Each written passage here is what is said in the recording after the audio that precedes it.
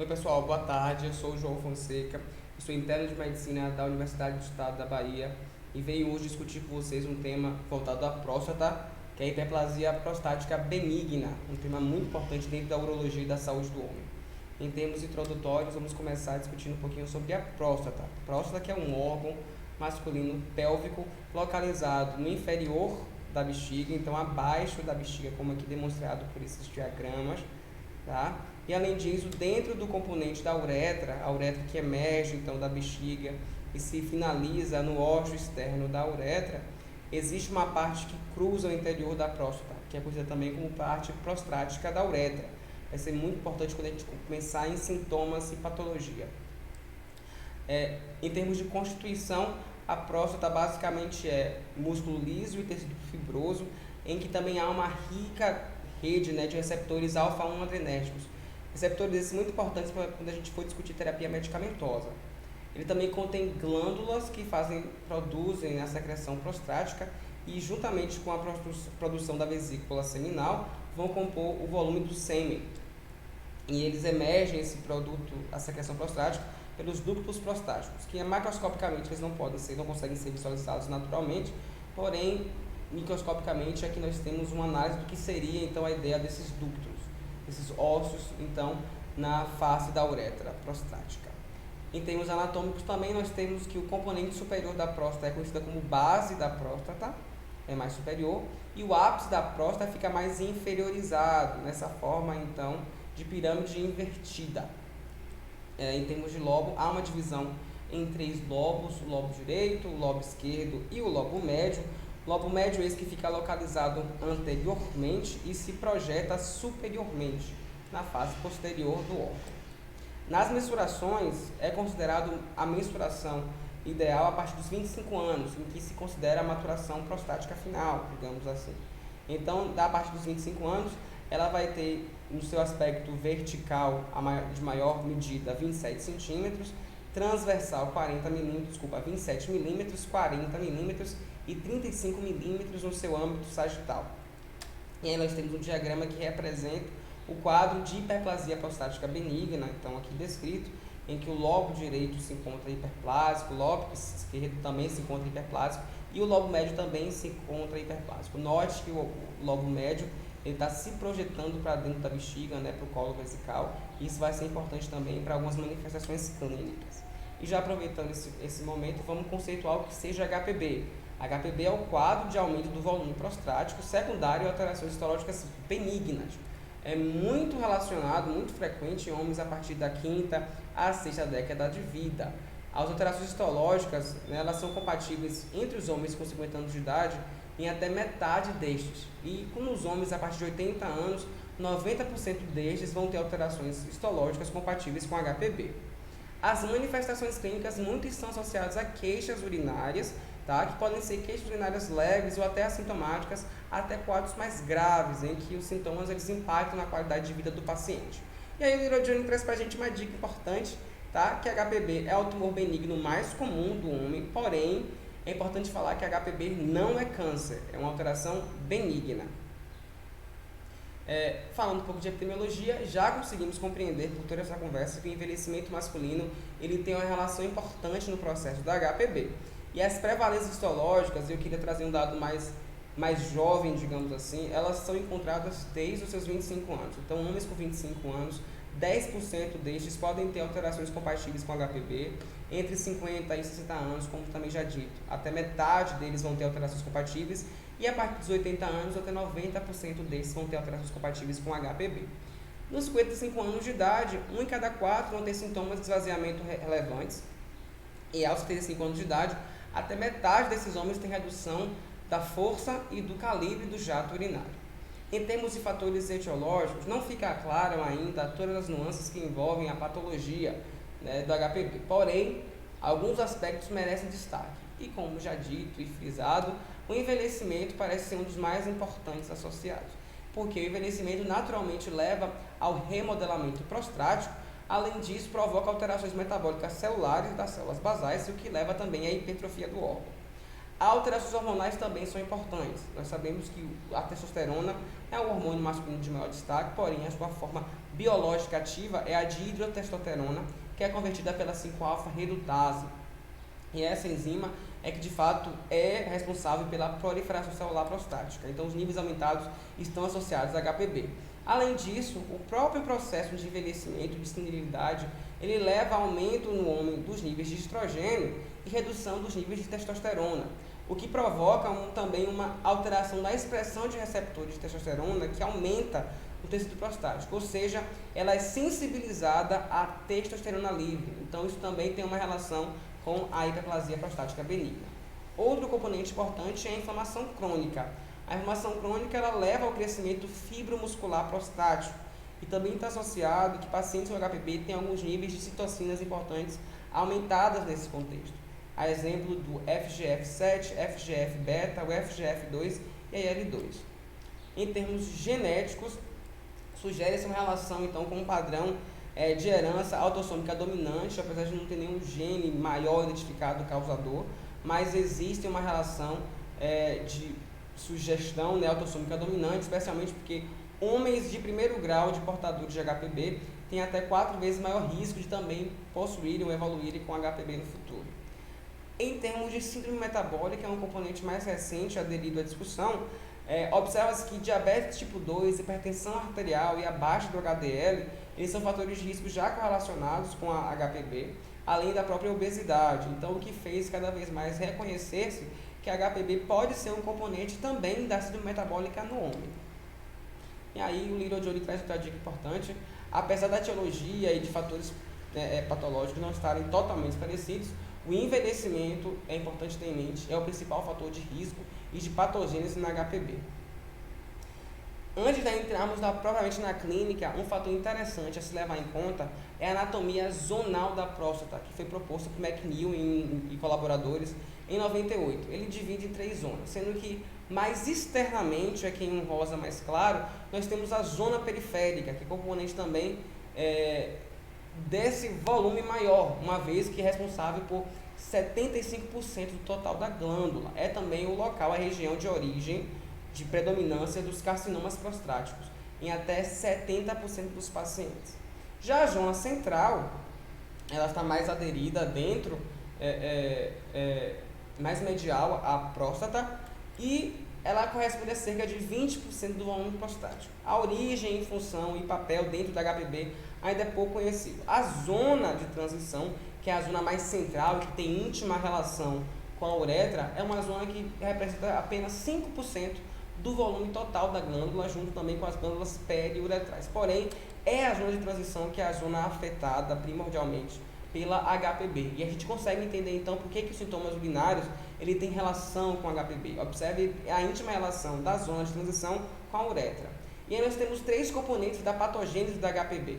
Nós temos um componente mecânico que tem a ver com o aumento anatômico então da zona de transição, o crescimento da zona de transição, que provoca uma constrição extrínseca da uretra, e isso vai provocar então aumento da resistência ao fluxo urinário e aos sintomas também de obstrução. Nós temos o componente dinâmico, que tem uma íntima relação com aspectos hormonais, pela maior atividade da 5-alfa-redutase, a maior dosagem então do DHT e outros componentes da testosterona.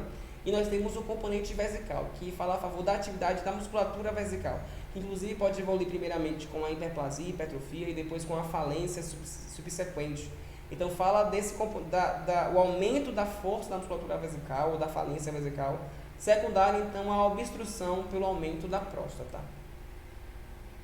E aí a gente consegue dividir os sintomas em 2 grupos analíticos, né? O primeiro grupo, só a nível didático, né? Não tem ordem específica, seria o grupo de armazenamento ou de sintomas irritativos. Eles podem simular uma infecção do trato urinário, é preciso investigar e colocar como diagnóstico diferencial. Então, quais são os sintomas que a gente pode encontrar? Aumento da frequência urinária, que é também chamado de polaciúria, a gente considera aqui aumento da frequência urinária significativo, um aumento de 8 micções ao dia com um intervalo menor de que 3 horas, a urge incontinência miccional e a nictúria que deve ser analisada de forma bem característica. Então, se é um paciente que conta para você que urina 1 a 2 vezes durante a noite, é preciso ficar alerta. Esse paciente já tinha esse hábito urinário antes desse processo, sempre foi assim, ou surgiu agora? Então, o paciente que não levantava à noite para urinar e agora está urinando 1 ou 2 vezes. Bom, se sim, é um sintoma instalado, mas se é um hábito que ele sempre teve, não faz para a gente, então, alarde para pensar em HPB. Ou é um paciente que já tinha 1 a 2 vezes, levantava, né, 1 a 2 vezes por noite para urinar, e agora está levantando 4, 5, 6 ou 8 vezes por noite para urinar. Aí também chama a atenção para a gente com um aumento considerável da frequência urinária. O outro grupo de sintomas é os sintomas de esvaziamento obstrutivos, que é também conhecido como prostatismo. Então, ele tem relação com redução do calibre e da força do jato urinário, com intervalos miccionais menores que 2 horas, ou o paciente que conta para você que urina toda hora. Ele tem um esforço ou demora a iniciar a micção. Ele tem um jato intermitente, que também pode ser uma queixa dizendo que o jato é cortado ou o jato é picotado. Tem sensação de esvaziamento incompleto da bexiga. E aí é importante, outra dica para a gente levar em consideração, que o jato urinário fraco e a intermitência são queixas frequentes dentro da HPB. Os sintomas importantes associados é a hesitância que é essa demora entre aspectos neurológicos de reconhecimento de quero urinar, desejo urinar, inicio a micção, e há um tempo notável entre esse desejo, o início da intenção neurológica e, de fato, a manifestação da urina, né? A exteriorização da urina pela uretra, pelo ósseo externo da uretra. Esse aumento de tamanho é considerado hesitância. Outras condições não prostáticas podem estar associadas, como pacientes que têm ansiedade por urinar fora de casa, ou que não gostam de urinar fora de casa. Isso pode ser um fator que estimule ele no ambiente externo terem essa hesitância. Então, é importante relacionar se é ambientes externos e se em casa ele tem um hábito normal, por exemplo. Então, é ficar atento a condições ansiogênicas associadas à hesitância. Também o esforço abdominal urinar. Então, o paciente conta para você que a urinária precisa contrair a musculatura da barriga para conseguir fazer o jato ficar mais forte ou até conseguir esterilizar o jato urinário. Um gotejamento terminal, que ele reconhece como importante. E a retenção urinária aguda. A retenção urinária aguda, ela pode ser um sintoma que pode também se traduzir como uma urgência médica. É o evento final da obstrução crônica causada pela HPB, e ela pode estar associada tanto com a obstrução da uretra, como também a obstrução do colo vesical, ou pode ter origem neurogênica por uma falha da musculatura detrusora. E aí vem outra dica também importante. Algumas condições clínicas elas podem se apresentar já como complicação, inclusive algumas demandam e podem demandar intervenção cirúrgica. Já comentamos sobre a retenção urinária, ela pode ocorrer até 10% dos casos, e ela pode implicar e traduzir-se como uma falência grave da musculatura detrusora mediante obstrução ou até uso de algumas medicações. Algumas medicações merecem destaque, como os anticolinérgicos, antidepressivos, ansiolíticos e até os vasoconstritores nasais. Além disso, algumas condições também podem estar associadas à retenção urinária, como infartos prostáticos ou até a prostatite aguda. A litíase vesical é também outra condição importante. Ela quase sempre está associada a uma obstrução prostática e ela tende a recidivar se só for feita a remoção dos cálculos. Por isso, que é fortemente recomendado a correção prostática na intervenção do alívio do processo obstrutivo. A infecção urinária também pode ocorrer em até 5% dos pacientes com HPB, e aí ela pode traduzir-se clinicamente como piora dos sintomas urinários ou até pode desencadear a retenção urinária aguda. As infecções elas vão resultar ou da colonização da próstata ou do aumento do volume de urina residual. E aí, além disso, elas podem provocar quadro de bacteremia, o que pode abrir como fator de risco para sepse. O que, em tudo isso, em suma, vai acabar justificando a remoção das próstatas nos casos de infecções persistentes, o que caracteriza, então, a infecção de repetição, ITU de repetição, como uma indicação possível de intervenção cirúrgica. A insuficiência renal aguda ou obstrutiva, né, caracterizada como pós-renal, ela pode ocorrer em 2 a 3% dos casos. É um quadro bastante interessante porque ele pode se instalar silenciosamente.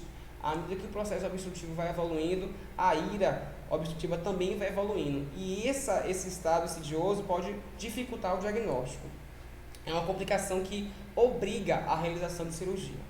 A cirurgia deve ser feita não de caráter imediato, mas deve ser passada uma sonda vesical contínua, aliviar o processo obstrutivo e depois planejar a cirurgia com melhoria clínica. Nós temos também a hematúria macroscópica e ela pode ser causada pela ruptura de vasos submucosos locais. A hematúria ela tende a ceder espontaneamente, porém, ela correlaciona-se com algumas outras afecções importantes, como tumores, né, ou até litíase. Algumas literaturas, inclusive, traz que a cistoscopia ela é obrigatória nesses casos. O diagnóstico é baseado em 4 ferramentas, né? O questionário IPSS, o toque retal prostático, o sumário de urina e a dosagem de PSA. O questionário IPSS é uma sigla que fala sobre International Prostate Score Symptoms, então que é uma score internacional para sintomas prostáticos, que vai triar os sintomas do trato urinário inferior no homem, ou LUTS também. São 7 questões sobre sintomas e uma questão sobre qualidade de vida. Elas ajudam não só a diagnosticar e a triar, como também a avaliar o impacto da HPB na qualidade de vida do paciente. Além disso, ela pode ser utilizada para avaliar a evolução clínica depois de instalada a terapia. Inclusive, pode-se treinar o paciente para autoaplicação e seu autoacompanhamento ao longo do tempo. Então, todas as perguntas devem se iniciar, as perguntas de sintomas, devem se iniciar com no último mês. Por exemplo, a primeira pergunta seria, no último mês, quantas vezes você teve a sensação de não esvaziar completamente a bexiga após urinar? Segunda, quantas vezes você teve que urinar novamente com menos de 2 horas após ter urinado? Quantas vezes você observou que ao urinar e parou e recomeçou várias vezes? Quantas vezes você observou que foi difícil conter a urina? No último mês, quantas vezes você observou que o jato urinário estava fraco? E no último mês, quantas vezes você teve que fazer força para começar a urinar? E última pergunta, no último mês, quantas vezes em média você teve que se levantar à noite para urinar? Então essas são as 7 questões de sintomas e a resposta é baseada num grau, numa correlação entre pontos e vezes. Então se nenhuma, 0 pontos, uma vez 1 ponto, 2 vezes 2 pontos, até 5 vezes ou mais, que seriam 5 pontos. E você consegue fazer o somatório. E a 8ª questão, que é a questão sobre qualidade de vida, que fala, se tivesse que viver toda a vida com os sintomas urinários que você sofre atualmente, como você se sentiria? E, novamente, ela é respondida através de pontuações e classificação. O somatório disso vai dar para a gente, então, a classificação. O máximo de pontos pode variar de 0 a 41 pontos.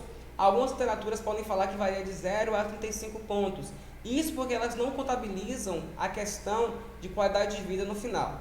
Mas, no total, ela pode variar de 0 a 41 pontos. Além de classificar e graduar o impacto na qualidade de vida desse paciente, a gente consegue orientar, né, nortear a conduta terapêutica para cada caso. Então, pacientes que têm de 0 a 7 pontos são classificados como os leves. O manejo que pode ser adotado para esse paciente é a conduta expectante. Pacientes que têm de 8 a 19 pontos é considerado e classificado como moderado. Pacientes, nesse caso, têm recomendação de iniciar a terapia medicamentosa. Pacientes com mais de 20 pontos, eles são classificados como pacientes graves, com sintomas consideráveis. Deve-se iniciar a terapia medicamentosa, porém, avaliar minuciosamente a indicação cirúrgica, que muitos deles podem já apresentar. Além do questionário, nós temos então o toque retal prostático. O toque prostático ele vai avaliar tamanho, consistência e existência de nódulos na próstata. Uma das dicas do exame físico é que a ponta do nariz diz muito para a gente sobre o exame físico prostático. Então, a próstata deve ter o tamanho, basicamente, da ponta do nariz. Então, uma polpa digital e meia, então em torno de 1,5 centímetros a 2, com essa consistência fibroelástica. Consistências mais endurecidas, ou chamadas também de pétreas, elas fortemente sugerem um CA de próstata. Sumário, né, o exame de urina tipo 1, eles são interessantes para descartar infecção do trato urinário, mas se sobrar alguma dúvida pode evoluir com a urocultura e investigações mais importantes. Algumas literaturas recomendam o PSA. Adotando a Sociedade Brasileira de Urologia, ela traz que na avaliação inicial da HPB, a dosagem do PSA ela é obrigatória, especialmente porque o PSA e o toque retal associados, apesar de controversos, eles podem ajudar a detectar o câncer de próstata. O normal para o indivíduo com menos de 65 anos é ter um PSA menor do que 2,5 nanogramas por ml. Mas algumas condições elas podem mascarar esse resultado, a exemplo de um toque retal muito agressivo, um trauma local que pode ser traduzido como ciclismo, andar de moto, andar a cavalo, ou uma colonoscopia recente, além de ato sexual e uso de medicações. Por isso que o aconselhamento e acompanhamento pré-analítico é importante para poder evitar variáveis de erro na análise do exame. Ultrassonografia, orografia escritora, uretrocistoscopia e esturodinâmico, eles não são consideráveis para a avaliação inicial do paciente com HPB. eles vão ser interessantes para pacientes que têm uma história clínica muito curiosa e que você tem dúvida no diagnóstico inicial, ou um paciente que você inicia tratamento medicamentoso e eles evoluem de forma não usual. Esses, assim, são pacientes que, de forma mais interessante, você pode lançar mão dessas investigações. E a ultrassonografia transretal, retal, ela pode ajudar a avaliar o tamanho da próstata, especialmente no paciente que está indo para a cirurgia. A fluxometria isolada ela é insuficiente para poder avaliar se há obstrução, e o estudo de fluxo-pressão ele pode ser interessante para avaliar tanto o padrão da obstrução, ou se tem ou não, ou se está associado a uma hipocontratilidade detrusora. A gente sabe que a falha detrusora é uma das principais causas de falha de terapia medicamentosa, né, de não resposta à terapia medicamentosa na HPB. Qual é a indicação para fazer o estudo de fluxo-pressão? Pacientes que estão indo para a cirurgia e ou aqueles que têm doença que pode afetar o funcionamento da vesical. A exemplo de diabetes, do etilismo crônico, da doença de Parkinson, esclerose múltipla, dentre outras condições. Já entrando em tratamento, dois objetivos principais eles cerneiam o tratamento. O primeiro deles é aliviar os sintomas causados, a manifestação clínica do paciente, e o segundo é corrigir as complicações relacionadas ao crescimento prostático. O manejo deve ser baseado pelo IPSS em pacientes que têm sintomas leves, que é aquele IPSS com menos de 8 pontos. O acompanhamento ele é expectante e feito anualmente. Pacientes que têm sintomas moderados a severos, aqueles cólicos que variam entre 8 a 19 pontos, eles vão iniciar a terapia medicamentosa. Os pacientes que têm sintomas mais severos, com mais de 9 pontos, eles vão ser avaliados, porque 1 em cada 3 vão demandar intervenção cirúrgica. Outro ponto que algumas literaturas também trazem é sobre o uso de fitoterápicos. Alguns estudos eles demonstraram algum tipo de benefício no uso de fitoterápicos, porém a Sociedade Brasileira de Urologia ele não recomenda o uso de fitoterápicos no manejo da HPB. Destrinchando os manejos por grupo, os pacientes que têm sintomas leves, nós já comentamos, a conduta com ele é expectante, então é fazer a avaliação clínica e repeti-la anualmente.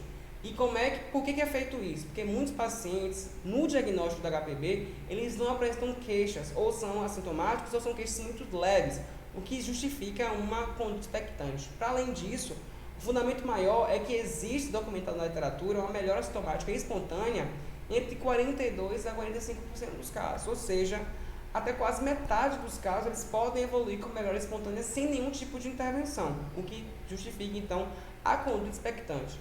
E como é feito o tratamento? Ele é muito baseado em educação e saúde.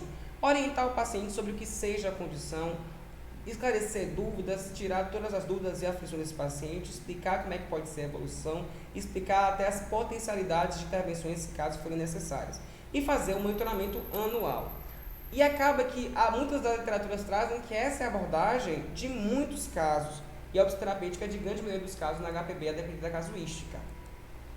Bom, mas o paciente que tem sintomas moderados, aqueles do 8 pontos a 19 pontos, que eles é sugestivo terapeuticamente medicamentosa. Existem dois grupos de medicamentos, e o primeiro deles que eu vou falar são os alfa-bloqueadores. Eles são os medicamentos mais prescritos.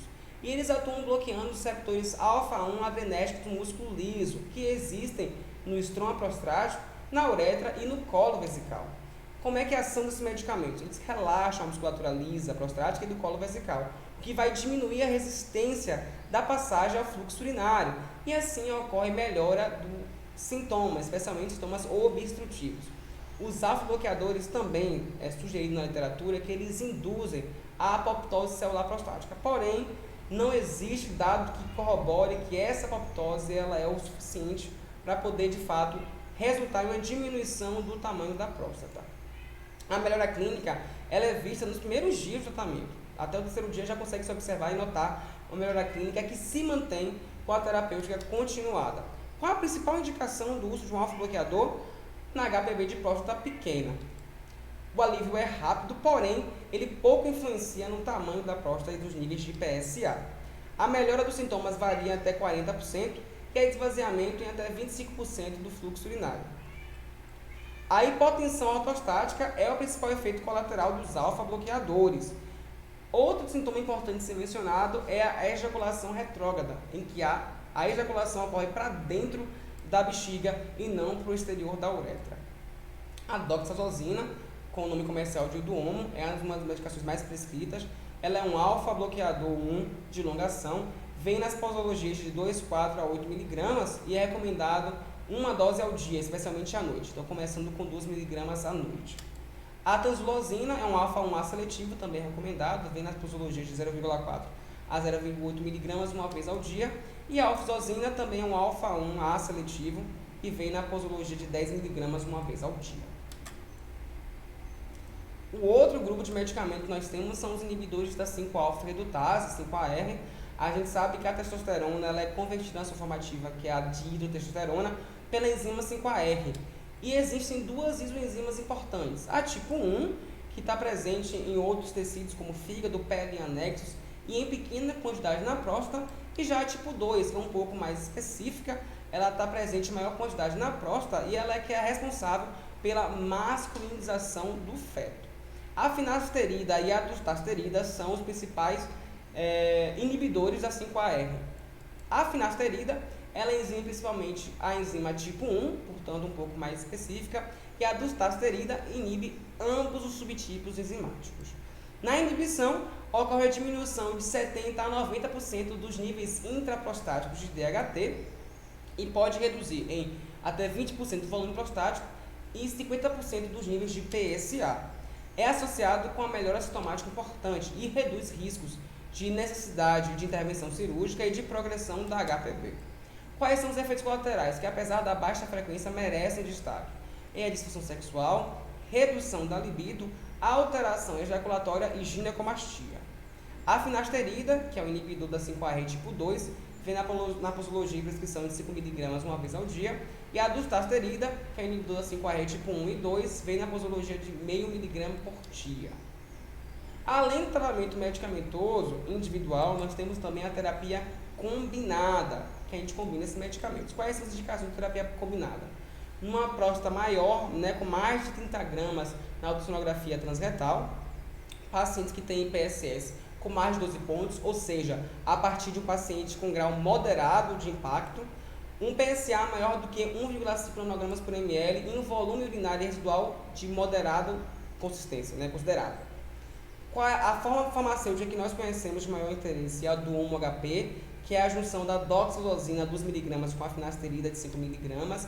E quais são as ações dela? Bom, a terapia hormonal atua sobre o componente hormonal, sobre a produção do DHT, e o alfa-bloqueador age na obstrução mecânica da HPB, aliviando então a musculatura lisa. Uma coisa que é importante frisar é que só há benefício de terapia combinada para pacientes que têm de fato um grau moderado de afecção pela HPB. Pacientes que têm quadros leves, eles não têm tanto benefício quanto a terapia isolada. Por isso que pacientes que têm sintomas leves é recomendado terapia isolada e não combinada. Nós temos alguns tratamentos minimamente invasivos para alguns tipos de pacientes específicos. A gente pode iniciar citando os stents uretrais, que são dispositivos colocados na uretra, na altura da uretra prostática, para poder aliviar e abrir a luz da uretra. Eles existem dois tipos, os temporários e os definitivos. Eles acabam ficando recobertos pelo urourotélio em cerca de 4 a 6 meses após a sua instalação. Qual a indicação maior para esse tipo de dispositivo? São pacientes que não têm condições clínicas de se submeter à anestesia ou à intervenção cirúrgica e precisamos de um alívio imediato de sintomas obstrutivos. Temos também a termoterapia transuretral por micro-ondas, que aí esse procedimento está associado à colocação de um stent pela luz uretral, com uma sonda, na verdade um catéter de aquecimento, que provoca o aquecimento da próstata para mais de 45 graus Celsius. E isso provoca a necrose de coagulação da próstata. Ele pode ser feito com anestesia local e sedação endovenosa leve, e aí ele evolui com melhoras importantes no IPSS, no fluxo urinário, mas ele não é tão efetivo quanto a ressecção transuretral. Nós temos a ablação transuretral por agulha, e nesse caso também novamente nós temos o endoscópio que acessa a luz uretral, e nós temos o gerador de radiofrequência na formato da agulha que também gera calor, e aí também provoca necrose de coagulação no tecido prostático. Ele tem uma melhora importante no PSS moderado e tem indicação para próstatas com menos de 40 gramas. Quais são as complicações? Retenção urinária, hematúria e frequência e urgência urinária aumentada por até 2 semanas pós-procedimentos. A vantagem é que ele tem sedação endovenosa leve, anestesia local e não precisa de internação. Pode ser feito na modalidade de hospital ou hospital dia. A ablação prostática é por ômnio laser, é também chamado de laser de luz verde, tá? Ele vaporiza a água dos tecidos e tem boa propriedade hemostática. Por isso, ele é considerado por pacientes mais idosos que fazem uso de anticoagulantes, como ácido salicílico e outros componentes como varfarina. A desvantagem é que tem um tempo cirúrgico muito prolongado e não se possibilita obter amostra para análise histopatológica. Os sintomas irritativos eles são prolongados pós-operatório e é outro fator que deve ser levado em consideração na explanação do paciente. E o tratamento cirúrgico propriamente dito, quais são as indicações para a cirurgia na HPB? A retenção urinária refratária, mesmo com tratamento medicamentoso, infecções urinárias de repetição, mesmo com tratamento medicamentoso, cálculo vesical, a ira pós-renal, isso é indicação absoluta de cirurgia, falha no tratamento medicamentoso, a uretrohidronefrose e uma hematúria macroscópica recorrente. São as principais indicações de cirurgia. E a ressecção transuretral, ela é o padrão ouro para tratamento cirúrgico da HPB. Já então, entrando nessa seara, a ressecção transuretral, que na verdade é esse procedimento. Não, o ressegmentoscópio, ele passa pela uretra e chegando na altura da próstata, ele provoca a enucleação e depois a aspiração do conteúdo prostático. Apesar de ser um procedimento tido como simples, ele vem caindo sua aplicabilidade, sua frequência de feitura nas últimas décadas, especialmente porque a farmacologia tem se mostrado eficaz para o controle sintomatológico e clínico dos pacientes com HPB. Qual é a indicação dela? A indicação maior seria para próstatas com menos de 60 gramas, apesar desse fator ser variável, porque o cirurgião acaba que decide, no final das contas, se ele pode aplicar ou não a técnica, levando em consideração habilidades profissionais, experiência profissional, dentre outros fatores que ele pode melhor julgar. Ele tem uma melhora do IPSS de até 90% e do fluxo de até 150%. É excelente em termos de melhoras clínicas. Quais são as complicações associadas? Hemorragia que precisa de transfusão em 4% dos casos, a síndrome pós-RTU ou disfunção erétil em até 4% dos casos também, ejaculação retrógrada em 75% dos casos, incontinência urinária em 1%, estenose uretral ou de colo vesical em até 3%, e a taxa de retratamento em 8 anos gira em torno de até 12%. Uma coisa muito importante que merece destaque da RTU é a síndrome pós-RTU ou intoxicação hídrica. Veja, para poder realizar esse procedimento, a bexiga é irrigada com solução hiperosmolar. Quanto mais tempo, mais prolongado for o procedimento, mais o epitélio da bexiga absorve essa solução hiperosmolar. Então, o tempo é um fator de risco importante dentro da síndrome da pós-RTU. Cirurgias que demorem mais de 90 minutos botam o paciente em risco para síndrome, que tem como base a absorção intravascular desse líquido de irrigação hiperosmolar. Pode evoluir com hiponatremia, hipercalemia, hemólise, convulsões, em alguns casos mais raros, cerca de 2%, coma. Ela é uma situação que oferece risco de vida para o paciente. E como é que a gente maneja e trata isso aí? Faz o suporte clínico e uso de diuréticos para eliminar esse excesso de solução hiperosmolar e, em casos mais graves, pode ser feito soro fisiológico hipertônico. Por fim, a prostatectomia aberta, tá? Ela é feita com uma incisão abdominal infraumbilical e a enucleação da próstata pode ser feita transvesical suprapúbica ou retropúbica, também chamada de técnica de Milling. As indicações são para próstatas grandes, com mais de 80 gramas. Ela apresenta os melhores resultados clínicos, em até 95% e de 200% no fluxo. A taxa de retratamento é de 2%, é a menor de todas. Porém, a forma terapêutica é mais invasiva. As complicações associadas é a transfusão sanguínea, até 5% dos casos, e também a hospitalização prolongada, o que leva a um longo período de internação desse paciente e de inatividade da pessoa. Uma coisa importante a ser dita é que o tratamento clínico ele evoluiu muito nas últimas décadas, a aplicabilidade dele também. Um problema que a gente observa é que o tratamento ele se baseia na melhora clínica, mas ele não reverte o tamanho aumentado e o crescimento da próstata de forma mais eficaz, mais robusta, o que leva alguns autores a considerarem que o tratamento clínico muitas vezes eles postergam a cirurgia, porque você trata o paciente, ele melhora da clínica e você mantém ele, mas a próstata continua crescendo. Quando o tratamento terapêutico, clínico começa a falhar, é porque a próstata está muito grande, com mais de 80 gramas, o que vai acabar resultando na intervenção aberta do quadro, em que anteriormente poderia ser feito por uma técnica menos invasiva. Bom, dito isso, aqui estão as referências utilizadas para a elaboração desta aula. Tá? Agradeço imensamente a você ter assistido essa aula, ter participado. Em caso de dúvida, entre em contato por meio dos canais, pelo meio dos endereços aqui apresentados.